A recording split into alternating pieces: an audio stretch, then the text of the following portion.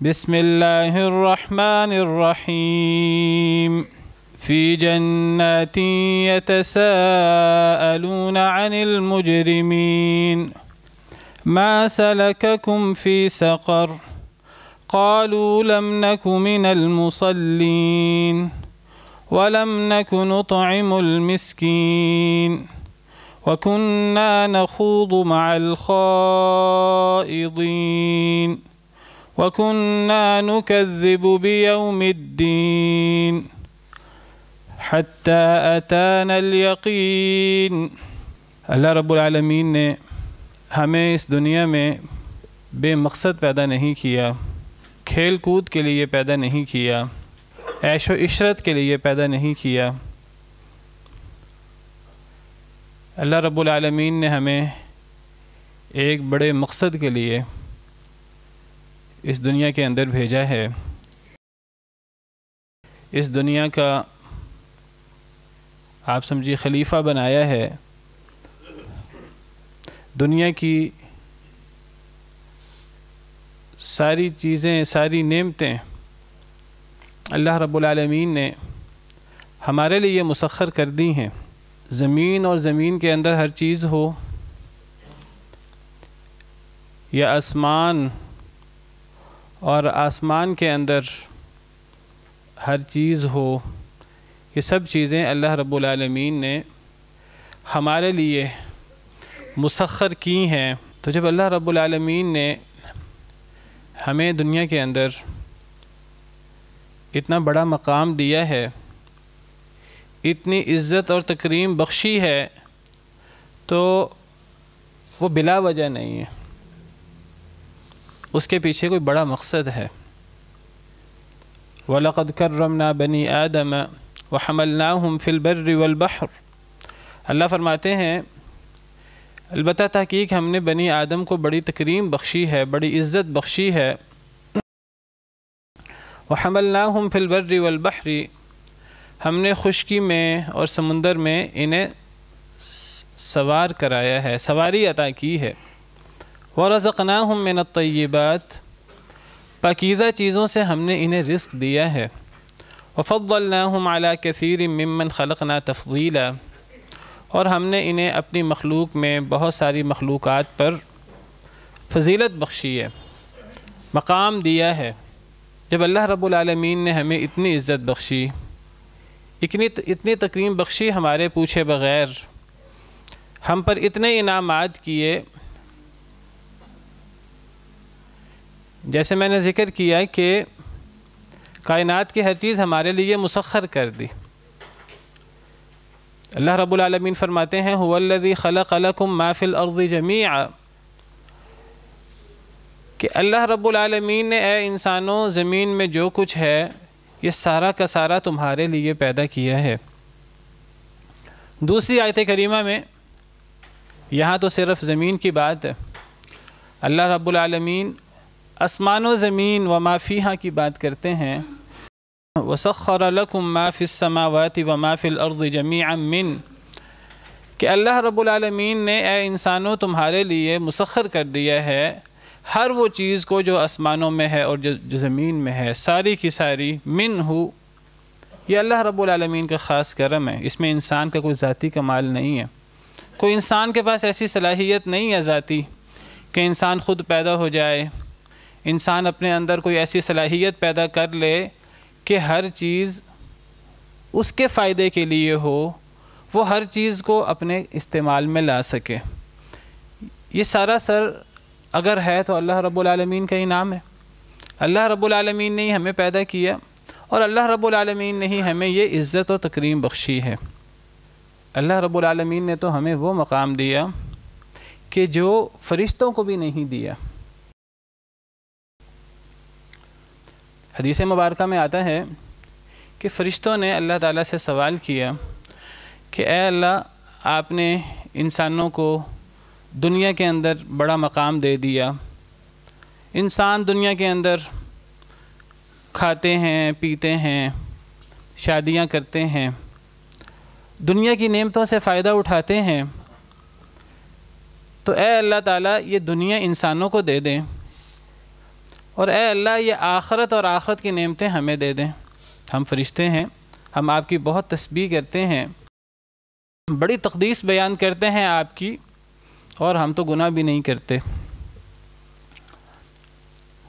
تو اللہ رب العالمین نے فرمایا، جس کا مفہوم یہ ہے کہ اے فرشتوں، میں تمہیں اس مخلوق کی طرح کیسے کر دوں کہ جس کو میں نے اپنے ہاتھ سے پیدا فرمایا ہے.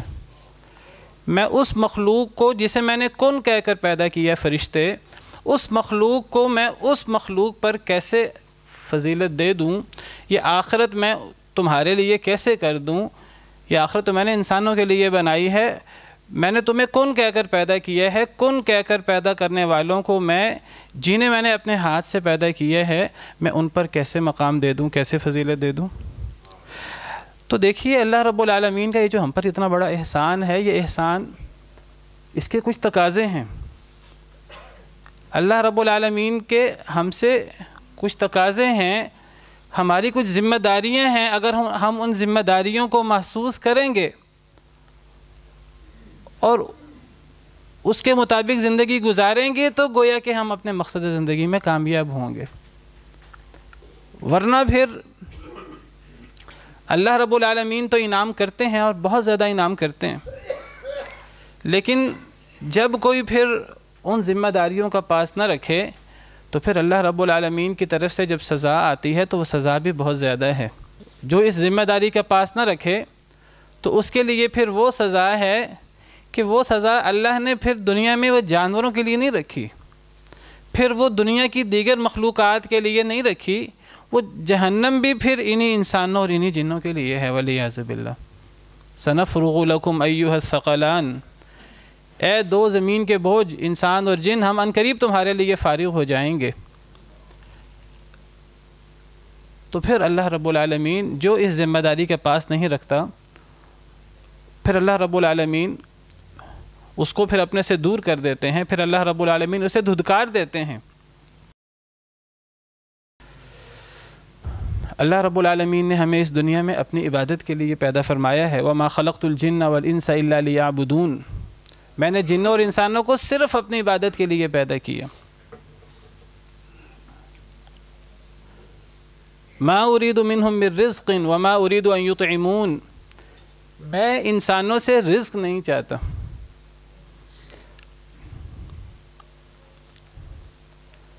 وَمَا أُرِيدُ أَن يُطْعِمُونَ، نہ میں یہ چاہتا ہوں کہ وہ مجھے کھلائیں. اللہ رب العالمین کو ہم سے کوئی رزق نہیں چاہیے، نہ اللہ کو اپنے لیے چاہیے، نہ اس دنیا کی دیگر مخلوق کے لیے. اللہ نے ہمیں ذمہ دار بنایا ہے کہ ہم لوگوں کو رزق کما کر دیں. ان اللہ هو الرزاق ذو القوۃ المتین، بے شک اللہ تعالیٰ وہ الرزاق ہے، وہ رزق دینے والا ہے. ذو القوۃ المتین، بہت طاقتور ہے اور بہت مضبوط ہے.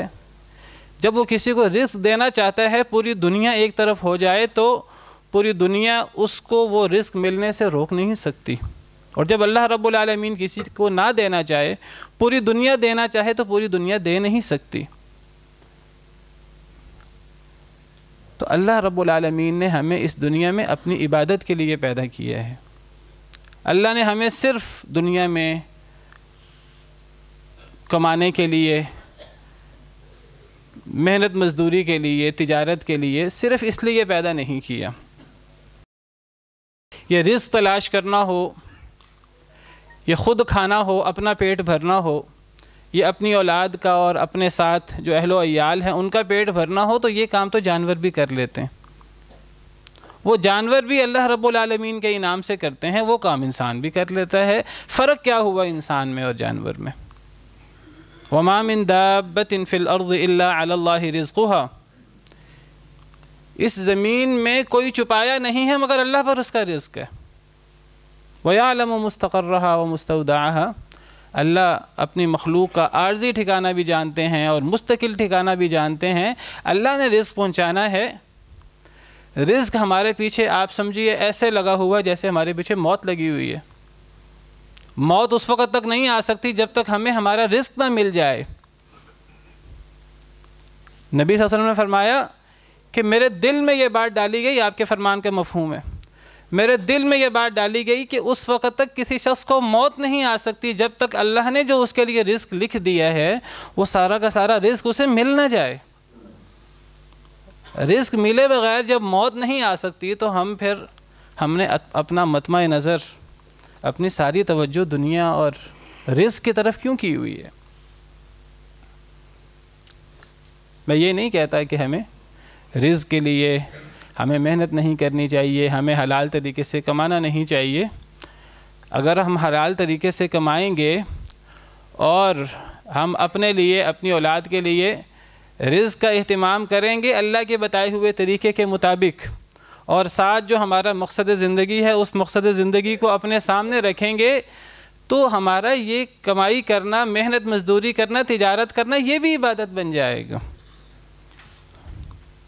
لیکن اگر ہمارے سامنے ہمارا زندگی کا اصل مقصد نہیں ہے تو پھر انسان جتنی مرضی محنت کر لے، وہ انسان اپنے لیے محنت کرے، اپنی اولاد کے لیے محنت کرے یا دوسروں کے رزق کے لیے محنت کرے، اگر اللہ کی خوشنودی، اگر اللہ کے احکامات، نبی کریم صلی اللہ علیہ وسلم کی تعلیمات پیش نظر نہیں ہیں تو یہ تجارت، یہ محنت مزدوری، یہ کھیل اور تماشے کے علاوہ کچھ نہیں ہے۔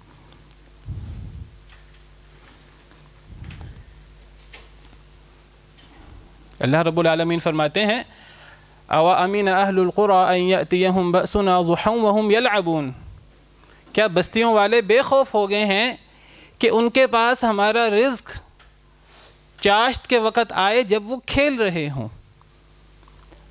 جو لوگ اللہ رب العالمین کے احکامات کو مد نظر نہیں رکھتے، اللہ رسول کی تعلیمات کے مطابق زندگی نہیں گزارتے، اللہ رب العالمین فرماتے ہیں کہ ایسے لوگوں کو ڈر جانا چاہیے کہ ایسے لوگوں پر کسی وقت اللہ کا عذاب آ سکتا ہے۔ یہ لوگ امن میں نہیں ہیں، یہ لوگ بے خوف نہیں ہو سکتے، رات سوتے ہوئے ان پر اللہ کا عذاب آ سکتا ہے، چاشت کے وقت کھیلتے ہوئے ان پر اللہ کا عذاب آ سکتا ہے۔ چاشت کے وقت لوگ کھیلتے تو نہیں ہیں، لوگ تو عام طور پر صبح کے وقت اپنے کاروبار کے لیے، محنت مزدوری کے لیے نکلتے ہیں، لیکن اگر مقصد زندگی ہمارے سامنے نہیں ہے تو یہ ہماری کو دو کھیل تماشے کے علاوہ کچھ نہیں ہے۔ نہ اللہ یہ چاہتے ہیں کہ انسان خود اپنے آپ کو کھلائے، یہی انسان کا سارا مقصد نہیں ہے، نہ اللہ کا انسان سے یہ تقاضا ہے سارے کا سارا کہ انسان اپنی اولاد کو کھلائے، نہ اللہ کا کوئی یہ تقاضا ہے کہ انسان کوئی کما کے اللہ کو دے۔ وَلِلَّهِ خَزَائِنُ السَّمَاوَاتِ وَالْأَرْضِ، اللہ کے پاس تو آسمان و زمین کے خزانے موجود ہیں۔ وعلیکم السلام۔ تو ہمیں اپنی زندگی کا مقصد ہمارے سامنے رکھنا ہے۔ ہماری زندگی کا مقصد کیا ہے؟ اللہ رب العالمین فرماتے ہیں تبارک الذی بیدہ الملک وہو علی کل شیء قدیر الذی خلق الموت والحیاة لیبلوکم ایکم احسن عملا۔ اللہ رب العالمین وہ ذات ہیں جنہوں نے زندگی اور موت کو اس لیے پیدا کیا، یہ ساری کائنات اللہ رب العالمین نے اس لیے سجائی، یہ زندگی ہوگی، پھر موت ہوگی، پھر زندگی، لیبلوکم ایکم احسن عملا، تاکہ وہ تمہیں آزمائے کہ تم میں سے کون اچھا عمل کرنے والا ہے۔ ہم سے سوال ہونا ہے کہ اللہ نے ہمیں یہ جو زندگی دی، اللہ نے ہمیں یہ جو صلاحیتیں دیں، تو اس زندگی اور اس صلاحیتوں میں کے ساتھ ہم نے کیا عمل کیا ہے کہ جس سے ہم اپنے رب کو راضی کریں؟ ہم نے اپنی زندگی با مقصد گزاری ہے کہ ہم نے بے مقصد کھیلتے ہوئے گزاری ہے؟ ہمیں عمل کرنا ہے اللہ کو راضی کرنے کے لیے، اور عمل بھی کیسا کرنا ہے؟ وہ عمل جو بہتر سے بہترین ہو۔ ہماری ساری محنت اور ہمارا سارا مقابلہ دوسرے کے ساتھ اس میں نہیں ہونا چاہیے کہ کس کی گاڑی زیادہ بڑی ہے، کس کا بینک بیلنس زیادہ ہے، کس کی کوٹھی زیادہ اونچی ہے، کس کے پاس آسائشیں زیادہ ہیں۔ ہماری کوشش یہ ہونی چاہیے کہ کون زیادہ اچھا عمل کرتا ہے، کون اللہ کو زیادہ راضی کرنے کی کوشش کرتا ہے۔ لیبلوکم ایکم احسن عملا، اللہ تمہیں آزمانا چاہتا ہے کہ کس کا عمل زیادہ اچھا ہے، زیادہ حسین ہے، کون زیادہ اللہ کو راضی کرتا ہے۔ عبادت کی بات آتی ہے، کون زیادہ اچھی عبادت کرتا ہے، اگر صدقہ خیرات کی بات آتی ہے، کون زیادہ اچھا صدقہ خیرات کرتا ہے، کون زیادہ سے زیادہ دیتا ہے اللہ کے راستے میں، دیگر اخلاق اور دیگر جو اللہ رب العالمین کے احکامات ہیں، کون ان احکامات پر زیادہ اچھے طریقے سے عمل کرتا ہے۔ ایسے لوگ بھی ہیں دنیا کے اندر جو اللہ رب العالمین کے نبی صلی اللہ علیہ وسلم کے احکامات کو جانتے ہی نہیں، پڑھتے ہی نہیں۔ ایسے لوگ ہیں جو اللہ رب العالمین کے نبی کریم صلی اللہ علیہ وسلم کے احکامات کو جانتے ہیں، ان پر ایمان لاتے ہیں، ان کو پڑھتے بھی ہیں، عمل بھی کرنے کی کوشش کرتے ہیں، لیکن اللہ کے ہاں زیادہ مقام، بلند مقام کن لوگوں کا ہے؟ اللہ فرماتے ہیں فَبَشِّرْ عِبَادِ الَّذِينَ يَسْتَمِعُونَ الْقَوْلَ فَيَتَّبِعُونَ أَحْسَنَ، کہ اے نبی صلی اللہ علیہ وسلم میرے ان بندوں کو بشارت دے دیجئے جنت کی اور اللہ کی رضامندی کی، الَّذِينَ يَسْتَمِعُونَ الْقَوْلَ فَيَتَّبِعُونَ أَحْسَنَ، جو اللہ کی بات کو سنتے بھی ہیں غور کے ساتھ، پھر فَيَتَّبِعُونَ أَحْسَنَ اس پر زیادہ اچھے طریقے سے عمل کرتے ہیں۔ ان کا سارا مقابلہ، ساری تگ و دو ان کی وہ اللہ رب العالمین کو راضی کرنے میں ہوتی ہے کہ ہم کتنے بہتر طریقے سے عمل کریں کہ اللہ رب العالمین ہم سے فلاں کے مقابلے میں زیادہ راضی ہو جائیں۔ فَاسْتَبِقُوا الْخَيْرَاتِ، اے لوگو نیکی کرنے میں ایک دوسرے سے سبقت لے جاؤ۔ وَسَارِعُوا إِلَى مَغْفِرَةٍ مِّن رَبِّكُمْ وَجَنَّةٍ عَرْضُهَا السَّمَاوَاتُ وَالْأَرْضُ، اے لوگو اس جنت کو، جنت کی نعمتوں کو اور اللہ کی مغفرت کو حاصل کرنے کے لیے دوڑو، باقاعدہ مقابلہ کرو ایک دوسرے سے، بڑھ چڑھ کر آگے بڑھنے کی کوشش کرو اللہ کی مغفرت کی طرف، اس جنت کی طرف کہ جس کی صرف چوڑائی زمین و آسمان کے برابر ہے۔ فَفِرُّوا إِلَى اللَّهِ، اے لوگو اللہ کی طرف دوڑو، دنیا کی طرف نہ دوڑو۔ دنیا کی نعمتوں کی کوئی حیثیت نہیں ہے۔ اللہ نے جو اپنے بندوں کے لیے اور اہل ایمان کے لیے جو نعمتیں تیار کر رکھی ہیں، دنیا کی نعمتوں کی ان کے سامنے کوئی حیثیت ہی نہیں ہے۔ اچھا عمل کیا ہوتا ہے؟ اچھا عمل وہ ہوتا ہے کہ جس کے اندر خلوص زیادہ ہو۔ انسان جب عمل کرے تو انسان سوچے کہ میں یہ عمل صرف اور صرف اللہ رب العالمین کے لیے کر رہا ہوں،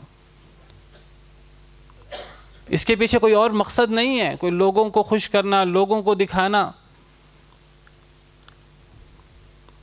کوئی لوگوں سے تعریفی کلمات، وہ مقصود نہیں ہے۔ میں صرف اور صرف اللہ رب العالمین کی رضا چاہتا ہوں۔ جو عمل اللہ رب العالمین کی رضا کے لیے ہوتا ہے وہ اللہ رب العالمین کے ہاں صرف وہی عمل قبول ہوتا ہے۔ جو اللہ رب العالمین کے لیے نہ ہو، اللہ کے ہاں وہ عمل قابل قبول نہیں ہے، وہ ردی کی ٹوکری کے لیے ہے، وہ اڑتی ہوئی گرد ہے۔ وَقَدِمْنَا إِلَى مَا عَمِلُوا مِنْ عَمَلٍ فَجَعَلْنَاهُ هَبَاءً مَنْثُورًا، اللہ فرماتے ہیں کہ قیامت کے دن ایسے لوگ بھی آئیں گے کہ جنہوں نے اپنے تئیں نیک اعمال کیے ہوں گے،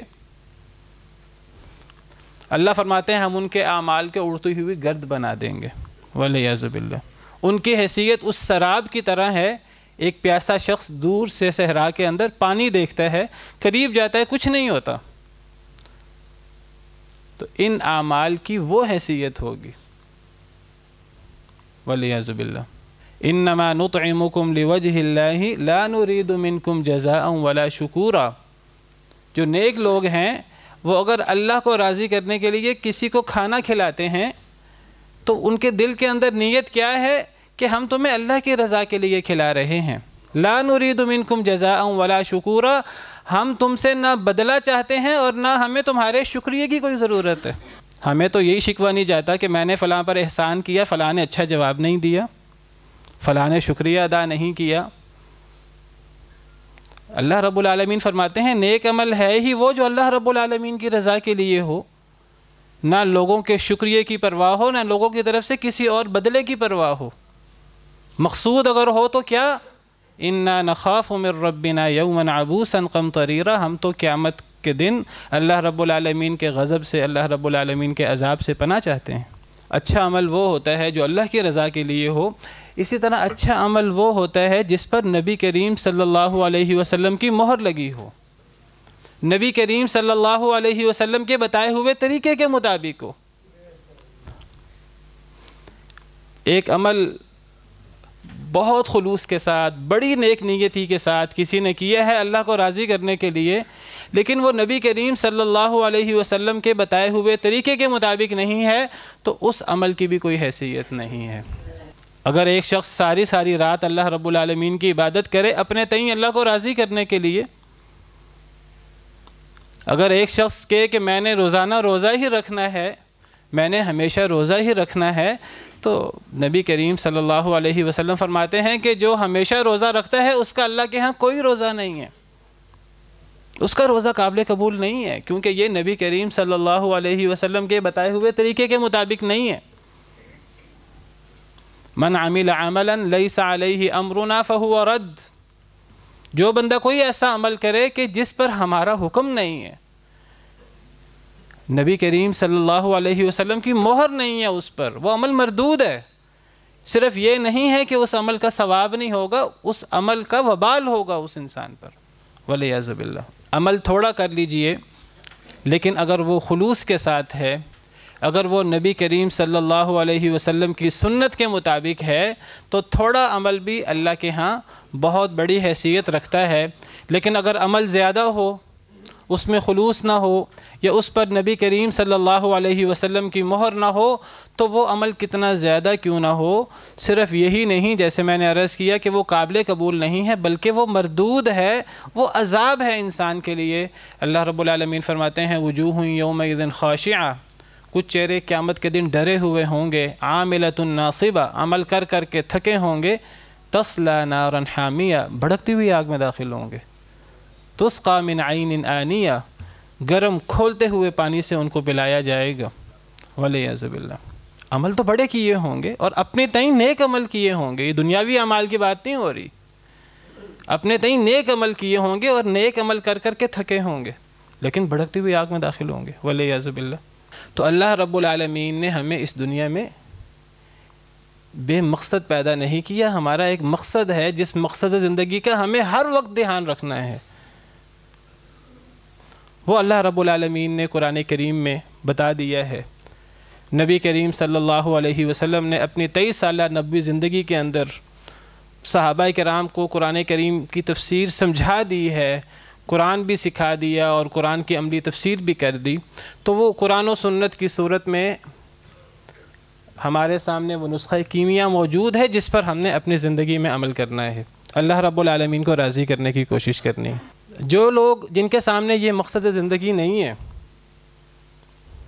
چاہے وہ مسلمان گھرانے میں پیدا ہوئے ہوں، چاہے ان کا نام محمد، احمد، علی، بڑے پیارے پیارے نام ہوں، ان ناموں سے کچھ نہیں ہوتا، مسلمان گھرانوں میں پیدا ہونے سے کچھ نہیں ہوتا، جب تک کہ وہ مقصد زندگی ہمارے سامنے نہ ہو، ہمارا مطمع نظر نہ ہو، ہر وقت اس پر ہماری نظر نہ ہو، ہماری سوچ و بچار اس بارے میں نہ ہو کہ ہم نے اللہ رب العالمین کو کیسے راضی کرنا ہے۔ دیکھیے نبی کریم صلی اللہ علیہ وسلم نبی بننے سے پہلے جب پچھلے جو تعلیمات تھی انبیاء کی ان کے اندر تحریف ہو چکی تھی اور واضح دین، صحیح دین موجود نہیں تھا، تو نبی کریم صلی اللہ علیہ وسلم شدید پریشان ہوتے تھے کہ کیسے اللہ رب العالمین کو راضی کیا جائے، کیا عمل کیا جائے کہ اللہ رب العالمین راضی ہو جائیں، ہمارا مطمع نظر کیا ہو، ہماری نظر کس چیز پر ہو۔ آپ اس سوچ و بچار کے لیے غار حرا میں چلے جاتے تھے، کئی راتیں آپ غار حرا کے اندر دعاؤں میں اور یہ حیران و پریشانی کے اندر گزار دیتے کہ اللہ رب العالمین کو راضی کیسے کیا جائے، جس بات کو اللہ رب العالمین نے سورۃ الضحیٰ میں احسان کے انداز سے بیان فرمایا ہے، وَوَجَدَكَ ضَالًّا فَهَدَى، کہ اللہ رب العالمین نے آپ کو حیران و پریشان پایا، صحیح رستے کا متلاشی پایا، تو اللہ رب العالمین نے ہدایت دے دی، اللہ رب العالمین نے نسخہ کیمیا اتار دیا، بتا دیا کہ یہ ہے، اس پر عمل کر کے دنیا اور آخرت کامیاب ہو سکتی ہے، اللہ رب العالمین کو راضی کیا جا سکتا ہے۔ ہمارے سامنے وہ نسخہ کیمیا موجود ہے، ہمیں پڑھنے کی فرصت نہیں ہے، ہمارے پاس وقت نہیں ہے اس کو پڑھنے کے لیے، اس کو سمجھنے کے لیے۔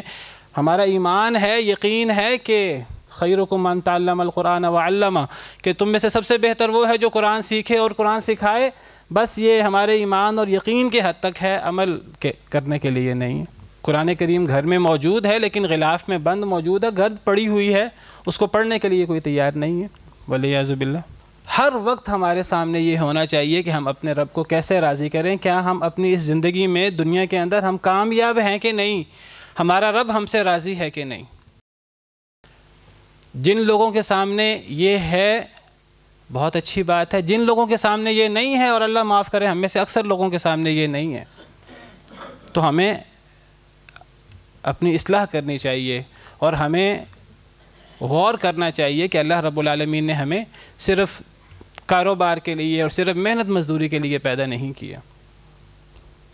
جو لوگ دین کو بھولے ہوئے ہیں، بعض لوگ تو ایسے ہیں کہ وہ دنیا کے اندر اور دنیا کے لہو و لعب کے اندر اتنے مبتلا ہیں کہ ان کے سامنے کوئی دین کی بات، کوئی اللہ کی بات کی جائے، وہ باقاعدہ صرف انکار ہی نہیں کرتے، وہ باقاعدہ مذاق اڑانے تک پہنچ جاتے ہیں، جس کو خوض فی آیات اللہ کہا جاتا ہے۔ خوض فی آیات اللہ، کہ اللہ کی آیات میں باقاعدہ بحث و مباحثہ شروع کر دیتے ہیں، مذاق اڑاتے ہیں، کھیل اور تماشا کرتے ہیں ان کے ساتھ۔ جہنم میں جانے کے بڑے اسباب میں سے ایک سبب الخوض فی آیات اللہ ہے۔ اکثر ہم لوگ یہ آیت پڑھتے ہیں اور سنتے ہیں کہ جہنم میں جہنمیوں سے فرشتے پوچھیں گے کہ تم جہنم میں کیوں آئے، تو ہم سورہ مدثر کی یہ آیات پڑھتے ہیں، ما سلککم فی سقر قالوا لم نک من المصلین ولم نک نطعم المسکین، کہ جہنمی کہیں گے کہ ہم اس لیے جہنم میں آئے کہ ہم نماز نہیں پڑھتے تھے، وَلَمْ نَكُ نُطْعِمُ الْمِسْكِينَ، اور ہم مسکینوں کو کھانا نہیں کھلاتے تھے۔ بس یہیں تک ہم بس کر دیتے ہیں، حالانکہ جہنم میں جانے کی اور وجوہات بھی آگے موجود ہیں جس پر بعض دفعہ ہماری توجہ نہیں جاتی۔ جس طرح نماز نہ پڑھنا جہنم میں جانے کا باعث ہے، جس طرح مسکینوں کا دھیان نہ کرنا، ان کو کھانا نہ کھلانا جہنم میں جانے کا باعث ہے، اسی طرح وَكُنَّا نَخُوضُ مَعَ الْخَائِضِينَ، ہم بحث و مباحثہ کھیل کود میں مگن لوگوں کے ساتھ کھیل کود میں مگن رہتے تھے۔ جہنم میں جانے کے بڑے اسباب میں سے ایک سبب خوض فی آیات اللہ، یعنی ہمارے سامنے کوئی مقصد زندگی ہی نہیں تھا، ہماری زندگی صرف دنیا اور جس کو مادیت پرستی کہتے ہیں اس میں ہماری زندگی گزر گئی۔ وَكُنَّا نَخُوضُ مَعَ الْخَائِضِينَ وَكُنَّا نُكَذِّبُ بِيَوْمِ الدِّينِ، ہم قیامت کے دن کو جھٹلاتے تھے۔ سورہ طور میں اللہ رب العالمین ایسے لوگوں کے فرماتے ہیں، يَوْمَ تَمُورُ السَّمَاءُ مَوْرًا وَتَسِيرُ الْجِبَالُ سَيْرًا فَوَيْلٌ يَوْمَئِذٍ لِّلْمُكَذِّبِينَ الَّذِينَ هُمْ فِي خَوْضٍ يَلْعَبُونَ، ان لوگوں کے لیے ہلاکت ہے قیامت کے دن، ان لوگوں کے لیے ویل ہے، تباہی ہے جو جھٹلاتے ہیں۔ الذین هم فی خوض یلعبون، وہ لوگ جو کھیل کود میں مگن رہتے ہیں، ان کے سامنے کوئی زندگی کا مقصد نہیں ہے۔ انہوں نے کبھی زندگی میں غور ہی نہیں کیا کہ اللہ رب العالمین نے ہمیں اتنا بڑا مقام کیسے دے دیا، اللہ رب العالمین کا ہم سے تقاضا کیا ہے۔ وہ ہمیشہ فضول گپیوں میں کھیل کود میں مگن رہا کرتے تھے۔ یوم یدعون الی نار جہنم دعا، قیامت کے دن ان کو جہنم کی آگ کی طرف دھکے دے دے کر ان کو جہنم میں پھینک دیا جائے گا۔ هذه النار التي كنتم بها تكذبون، یہ وہ آگ ہے جس کو تم جھٹلایا کرتے تھے۔ افسحر هذا ام انتم لا تبصرون، کیا یہ جادو ہے یا تم دیکھتے نہیں؟ اصلوها فاصبروا او لا تصبروا، دنیا میں تم نے کوئی پرواہ نہیں کی، آخرت میں جنت ہے جہنم ہے، ہمیں جہنم سے بچنا ہے جنت میں جانا ہے، تم نے کوئی پرواہ نہیں کی، اب ٹھیک ہے اب جہنم میں داخل ہو جاؤ۔ فاصبروا او لا تصبروا، صبر کرو تو پھر بھی جہنم کی سزا تمہارے لیے ہے، صبر نہ کرو پھر بھی تم جہنم میں ہو۔ سواء علیکم، یہ تم پر برابر ہے۔ انما تجزون ما کنتم تعملون، تمہیں تمہارے اعمال ہی کا تو بدلہ دیا جا رہا ہے۔ والعیاذ باللہ، جو لوگ آخرت کو بھولے ہوئے ہیں، جو لوگ مقصد زندگی کو بھولے ہوئے ہیں، اللہ فرماتے ہیں ذرہم یخوضوا ویلعبوا حتی یلاقوا یومہم الذی یوعدون، انہیں ذرہم یخوضوا، انہیں کھیل کود میں مگن رہنے دو، ویلعبوا، انہیں چھوڑ دو کہ یہ کھیلیں تماشے کریں، کوئی بات نہیں، حتی یلاقوا یومہم الذی یوعدون، قیامت آنے والی ہے، وہ دن آنے والا ہے جس کا انہیں وعدہ دیا جاتا ہے۔ خاشعۃ ابصارہم ترہقہم ذلہ، آنکھیں جھکی ہوئی ہوں گی، چہرے پر پھٹکار ہوگی قیامت کے دن۔ ذالک الیوم الذی کانوا یوعدون، یہ وہ دن ہے کہ دنیا میں ان کو اس دن کے بارے میں غور و فکر کی دعوت دی جاتی تھی، زندگی کے مقصد کو یاد رکھنے کی دعوت دی جاتی تھی، لیکن یہ لوگ پرواہ نہیں کرتے تھے۔ تو کچھ لوگ وہ ہیں جن کے سامنے مقصد زندگی ہے ہی نہیں، بلکہ وہ باقاعدہ ان کے سامنے دین کی بات کی جائے، اللہ کی بات کی جائے تو وہ مذاق اڑانے پہ لگ جاتے ہیں۔ اگر ایسے لوگوں کا کوئی ان کے ماں باپ کا کوئی تعلق بھی رہا دین کے ساتھ، جو بندہ دین کے بارے میں یہ رویہ رکھے تو وہ اپنے ایمان کے بعد کافر ہو جاتا ہے۔ وَلَئِن سَأَلْتَهُمْ لَيَقُولُنَّ إِنَّمَا كُنَّا نَخُوضُ وَنَلْعَبُ قُلْ أَبِاللَّهِ وَآيَاتِهِ وَرَسُولِهِ كُنْتُمْ تَسْتَهْزِئُونَ، اگر ان منافقین سے سوال کریں کہ تم نے یہ بات کہی، تم نے دین کے بارے میں یہ مذاق اڑایا، تو وہ آگے سے کہتے ہیں ہم تو کھیل رہے تھے، ہم نے تو مذاق میں یہ بات کہی تھی۔ تو اللہ فرماتے ہیں کہ اے نبی ان سے کہہ دیجئے قُلْ أَبِاللَّهِ وَآيَاتِهِ وَرَسُولِهِ كُنْتُمْ تَسْتَهْزِئُونَ، کیا مذاق کے لیے، کھیل کود کے لیے تمہارے سامنے اللہ اور اللہ کی آیات اور اللہ کے رسول ہی ہیں؟ تمہیں کوئی اور نہیں ملا کھیلنے کودنے کے لیے؟ لا تعتذروا قد کفرتم بعد ایمانکم، عذر پیش نہ کرو، اگر کوئی ایمان تھا تو وہ ختم ہو چکا ہے، تم اپنے ایمان کے بعد کفر کر چکے ہو۔ والعیاذ باللہ۔ جس کے سامنے اپنا مقصد زندگی ہو، جس کو یہ پتہ ہو کہ قیامت آنے والی ہے، بڑے ہولناک مناظر ہیں، بڑی گھاٹیاں ہیں، کھیل کود میں مگن ہونا تو چھوڑیے، وہ بندہ تو کھل کے ہنس بھی نہیں سکتا۔ اللہ تعالیٰ منافقین کا ذکر کرتے ہوئے فرماتے ہیں فَلْيَضْحَكُوا قَلِيلًا وَلْيَبْكُوا كَثِيرًا، انہیں تھوڑا ہنسنا چاہیے، انہیں زیادہ رونا چاہیے۔ اور اللہ رب العالمین لوگوں کے حال پر تبصرہ کرتے ہوئے سورہ نجم میں فرماتے ہیں وَتَضْحَكُونَ وَلَا تَبْكُونَ، تم ہنستے بہت زیادہ ہو، تم روتے ہی نہیں ہو۔ نبی کریم صلی اللہ علیہ وسلم فرماتے ہیں کہ اے لوگوں، میں خوش کیسے ہو سکتا ہوں، میں نعمتوں کے اندر مگن کیسے ہو سکتا ہوں، جبکہ وہ فرشتہ جس نے پھونکنا ہے سور کے اندر، اس فرشتے نے سور کے ساتھ اپنا منہ لگا لیا ہوا ہے، سر کو اس نے جھکا لیا ہوا ہے، اس کے کان اللہ رب العالمین کے حکم کی طرف لگے ہوئے ہیں، کب اللہ کا حکم آئے اور وہ پھونک دے سور کے اندر۔ تو فرشتے کی تو یہ کیفیت ہے، سور پھونکنے کے لیے بالکل تیار ہے۔ نبی صلی اللہ علیہ وسلم فرماتے ہیں کہ میں نعمتوں میں مگن کیسے رہ سکتا ہوں، میں دنیا کے اندر لہو و لعب میں کیسے مبتلا ہو سکتا ہوں۔ ایک مسلمان کیسے کھل کے کہہ کے لگا کر ہنستا ہے اور کیسے جو ہے وہ لہو و لعب میں مبتلا ہوتا ہے، کیسے آخرت کو بھول جاتا ہے، جب وہ آخرت پر ایمان رکھتا ہے اپنے تئیں، جب نبی کریم صلی اللہ علیہ وسلم کی یہ تعلیمات اس کے سامنے ہیں، تو ایک انسان جو ہے وہ بے فکری کی زندگی گزار کیسے سکتا ہے۔ اللہ سے دعا ہے کہ اللہ تعالی ہمیں ہمارا زندگی کا مقصد پہچاننے کی اور پھر اس کے مطابق زندگی گزارنے کی توفیق عطا فرمائے۔ وآخر دعوانا ان الحمد للہ رب العالمین۔